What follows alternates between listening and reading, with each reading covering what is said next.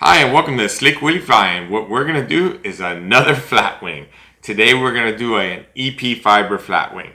And I know that I've made a bunch of flatwing videos lately. I just love them. I think that the flies look great, they swim great, and more important, they get bites.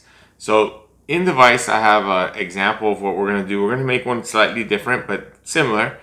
You can see it's a bigger fly. For me this is going to be big snook, tarpon, big redfish, anything that'll go after it. Barracuda, I don't care, jacks, whatever. Something that's gonna tug and be fun. So I hope you're having a cocktail. And let's talk materials real quick. So obviously for the flat wings, I've pre-prepped a couple of these green grizzly feathers. And you can do this in any color you want. They were kind of hard to pick up right there. But I got a couple of these beautiful green grizzly feathers.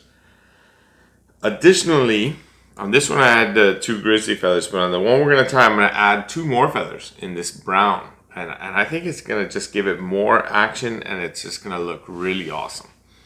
For the top of my fly, in this one I used a gray crystal flesh. In the one we're going to tie, it's a color's called Menhaden.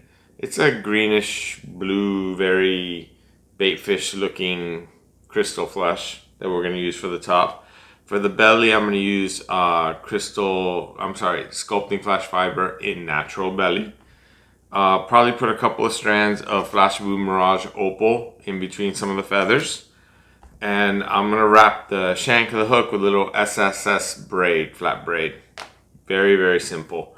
Oh, for the eyes, I got these Epoxy Fluorecent red. I believe they're 6mm. Eyes. And for the hook, it's a Mustad 34007 in size 4.0. So it is a bigger fly. So don't forget to hit the like and subscribe. I know that I'm going a little bit nuts making flatwing videos, but you know, I just love them and they look so good and they get bites, and you know, I personally love the way they look in the water, out of the water. I just love them. So let's change the camera angle and let's tie this fly. All right, let's get this thing started.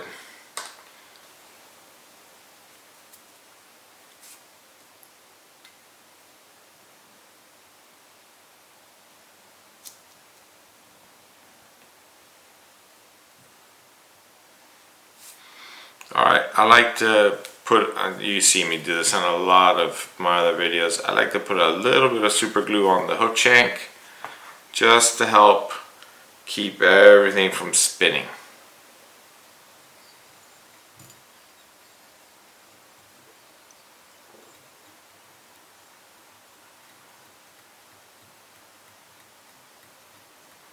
Now we're just going to put a little base of thread on. Oh, I guess I should have mentioned for thread, this is Vevus 6.0. I had a spool laying around, and it's a good strong thread for this fly.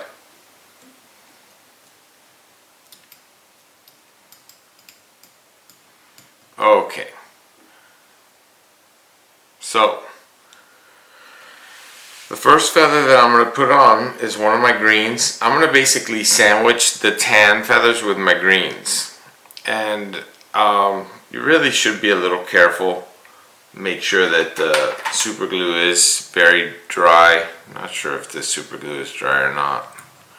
If it's not dry, you just make a nightmare for yourself.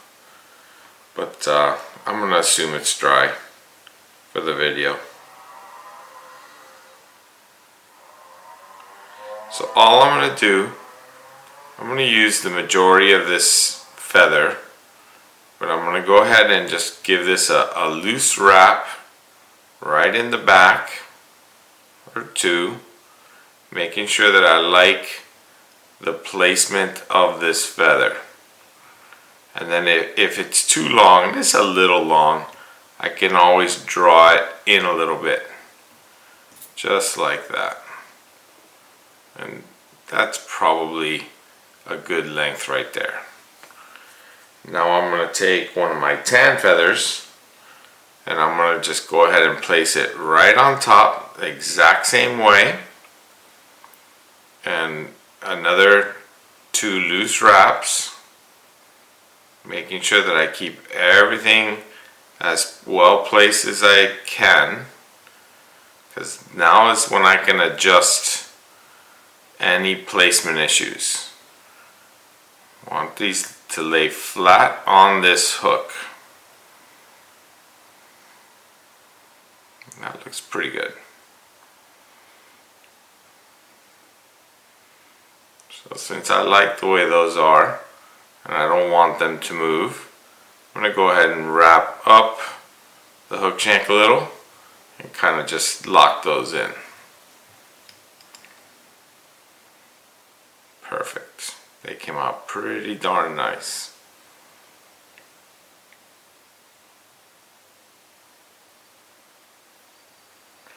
So now I'm going to take a little bit of Flashaboo. A couple of strands is enough.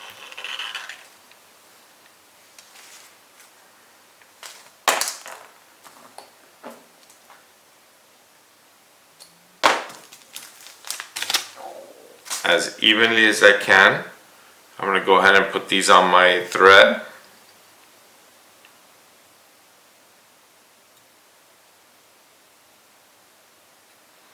You really do want these to be somewhat even, although they can never be perfect. And then I'm going to take these,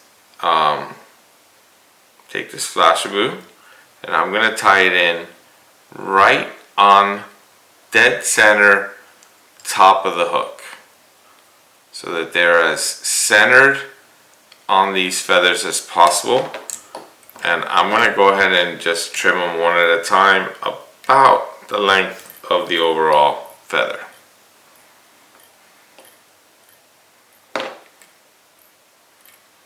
Perfect.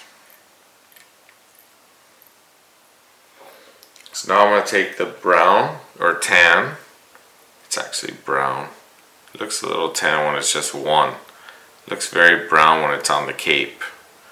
And again, we're going to lay it as flat as we can. A couple of loose wraps, just making sure that we like the placement of that feather, which I do. Now I'm going to get the last green feather, and we're going to do the exact same thing. A couple of loose wraps, making sure every feather is in the right place, and it is. And now we're going to crank this down.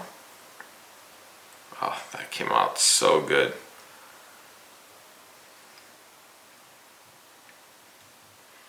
And now we could cut off all these little tags. Careful not to cut your thread off. Perfect. Man, that came out so sharp. Love it. So the next step is a little bit of SSS braid, and you don't need a lot.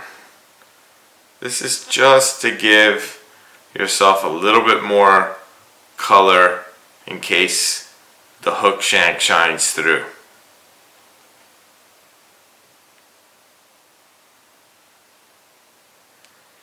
So I'm just going to tie that in here at the back of the hook.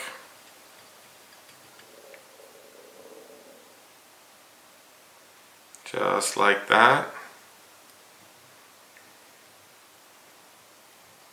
Now you can use your rotary function, and in fact I will, just because it's fun to do and makes life a little easier. Bring your thread up, obviously. Have a sip of my cocktail.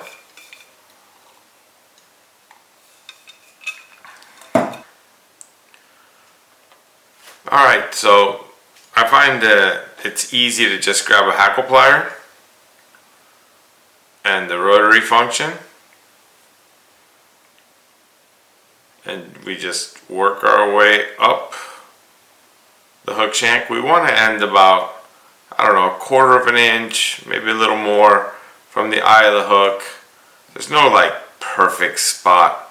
This is really just so that if the hook shank ever was shining through, that we could capture that. I mean, it would have some kind of a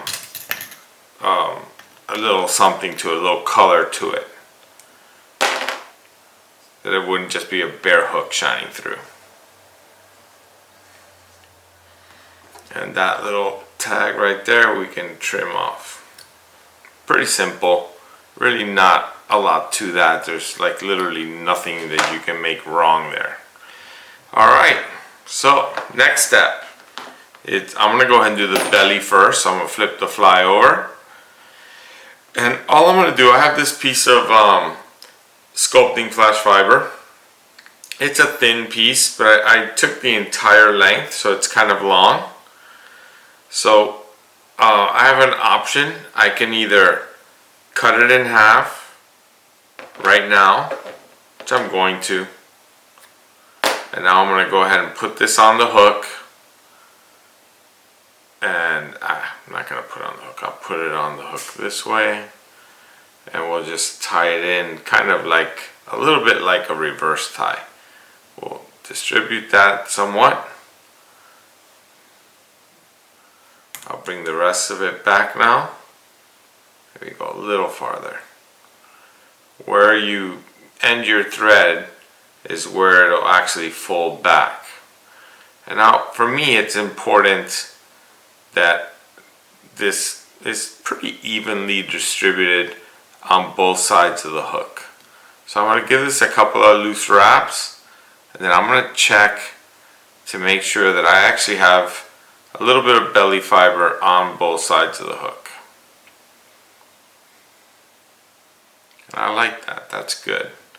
So lock it in, flip this guy over, and now I'm going to get a little clump of that green that we have on top.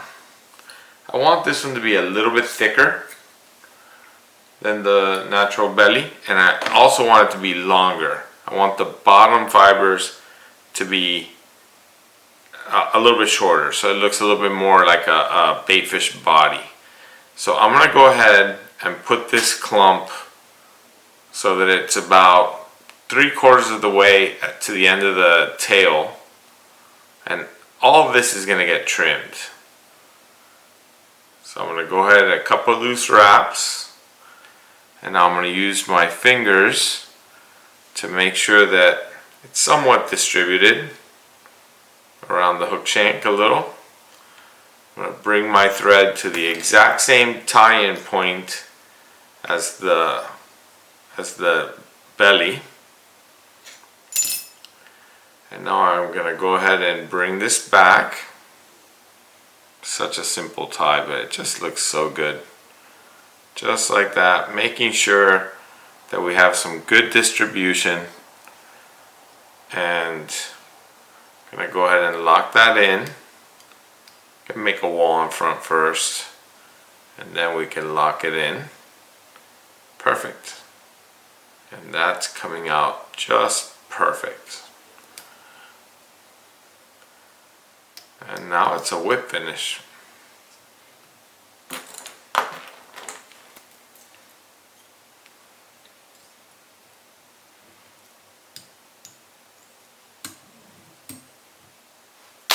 Trim this thread off. Now one thing that I did in the previous fly that I'm going to do again is I went and got a red thread, which I have ready, and I'm going to go ahead and start my red, and I'm going to give myself this hot spot right in the front of the fly.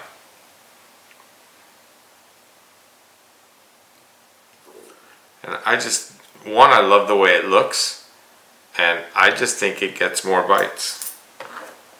So I think the details matter.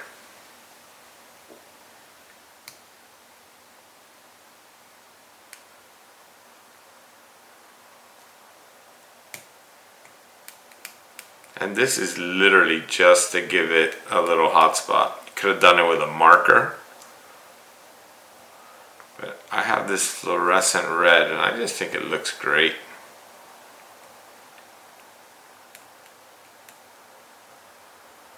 Alright, whip finish.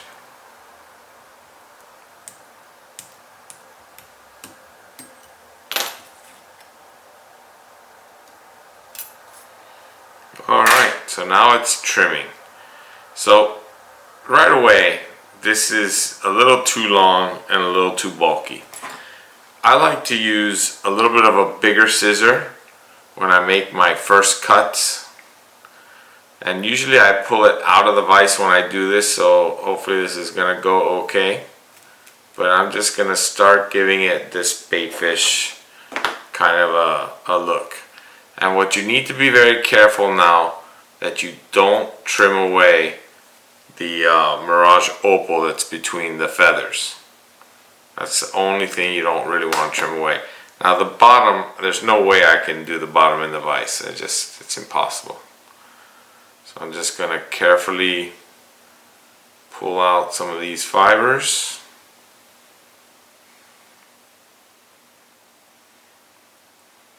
I'm not going to use the same size scissor on the bottom because it just isn't as much to trim. Making sure that I've got everything kind of out of the way, and all I'm doing is giving it this little football shape, this little, you know, oval type. I guess football is the best way I could describe it.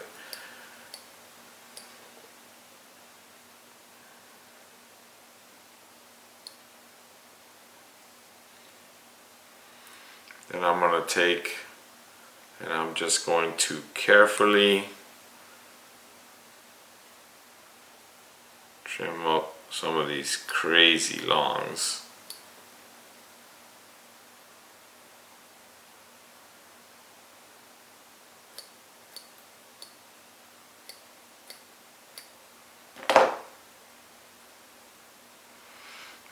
You know, I get a lot of comments where people are like a little bit terrified when it comes to the trimming.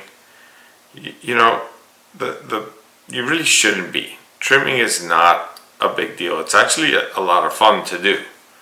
To watch your fly come to life and come into that shape that you have in your vision, in your mind, in your imagination. I think is a very fun part of the whole fly tying process.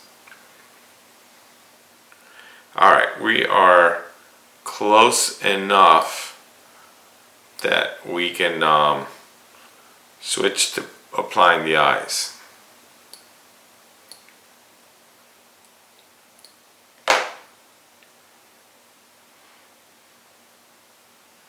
So I'm going to go ahead and put my fly back in the vise.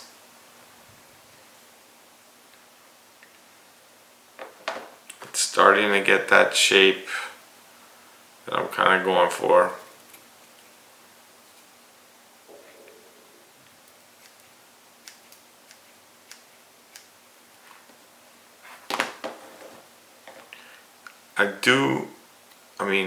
Alright, so we're going to talk about trimming. One thing that I think is very important is that you get, especially around the knot, especially if you're going to use any kind of a resin or epoxy, you really want to make everything clean in the knot area so that when you do your epoxy, you don't trap a bunch of fibers, and it's hard to make those look nice once you've trapped them. Alright, so that takes care of that. I'm going to take a second and get my trusty little handheld vacuum out.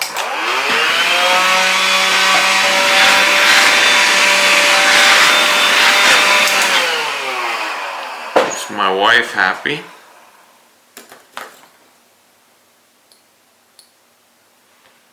Perfect. This fly, you could fish this fly exactly the way it is right now, and you'll probably get a ton of bites. I just like to put the details in. So I'm going to get a couple of epoxy eyes. These are old. These are incredibly old. So I know that the adhesive in them is gone. So we're not even going to waste our time trying. We're going to go straight to the gel, super glue gel.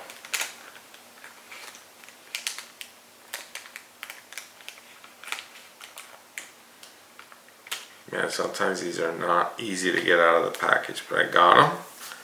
Alright, so I got this gel super glue, and what we're going to do is we're going to use the hook shank as a guide. I'm going to do your side first. I'm going to use the red knot and the hook shank as my guide. So I'm just going to put a drop of super glue on there.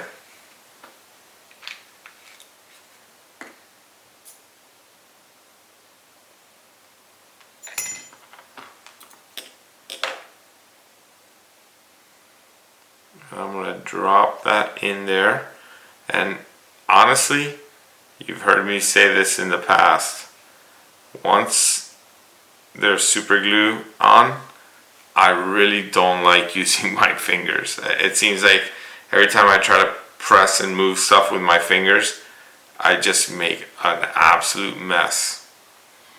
So that came out pretty good. So now we're going to do the exact same thing on the opposite side.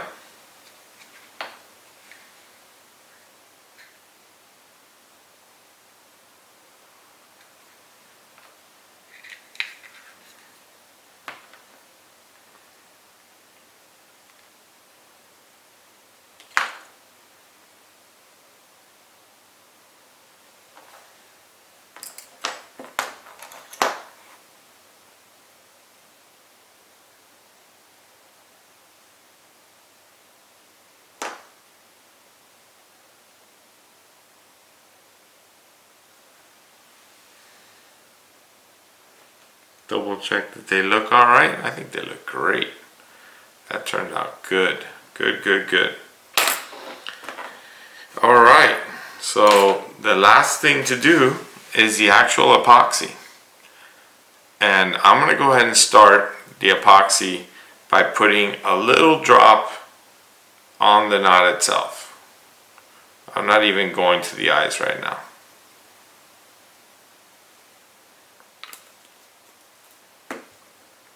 I'm going to use a little bit of our rotary function just to make that look really nice on the knot.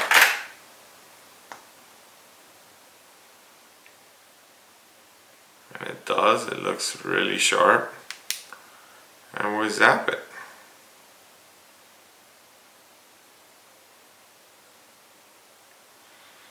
So now the knot's definitely not coming undone.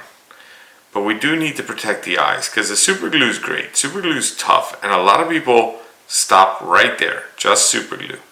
But I don't want these eyes to pop off on the first vicious bite. So I need a little bit more. Personally, I want a little bit something more, making sure that these eyes don't come off. So what I do is I take my epoxy resin, and I just saw some wild fibers. So I need to do just a little bit more trimming.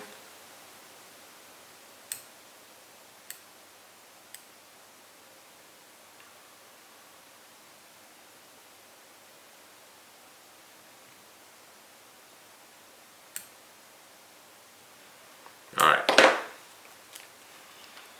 So what we're going to do is we're going to put a drop on the eye. And I'm going to try to use this little nozzle to kind of push it off the eye and onto the fibers. Just like that.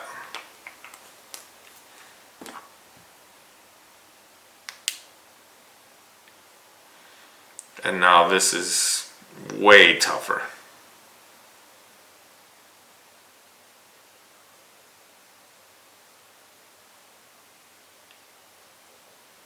You know, they say 5, 6, 10 seconds, but I'm not in a rush. I'm not going to make 30 flies tonight. I'm going to make 2 2. And I could take a few extra seconds just to make sure that this is well cured. So now we're going to repeat on the opposite side.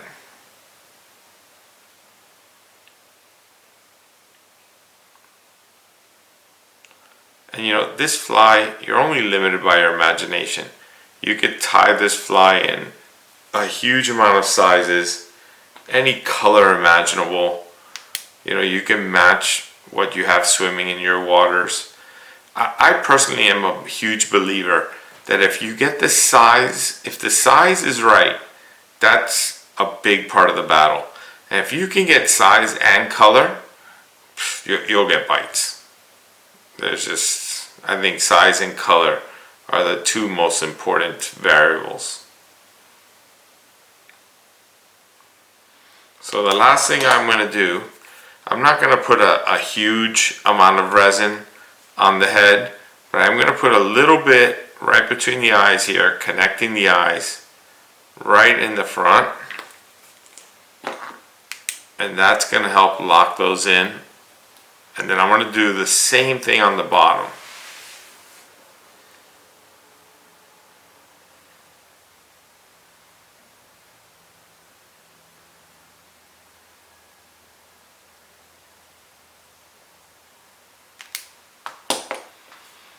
I'm just going to put a little bit of resin across the bottom.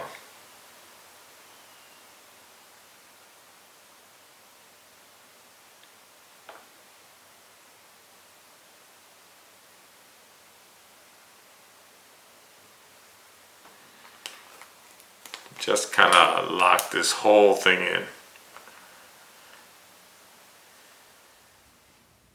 Alright, so welcome back. So there it is. A couple of variants of the same fly. Here's the gray one that I had tied earlier. It's basically, it's the same fly, about the same length. Once you tie these a few times, you start to get used to what length you want. Hope you enjoyed the video. These are awesome flies. I could see these being equally awesome for pike, largemouth bass. There's just so many different fish. I bet you if you cut these down size-wise, you know, sea trout, I think the sky's the limit. Thanks again for watching. Don't forget to hit the like, subscribe. Good luck catching, and see you on the next video.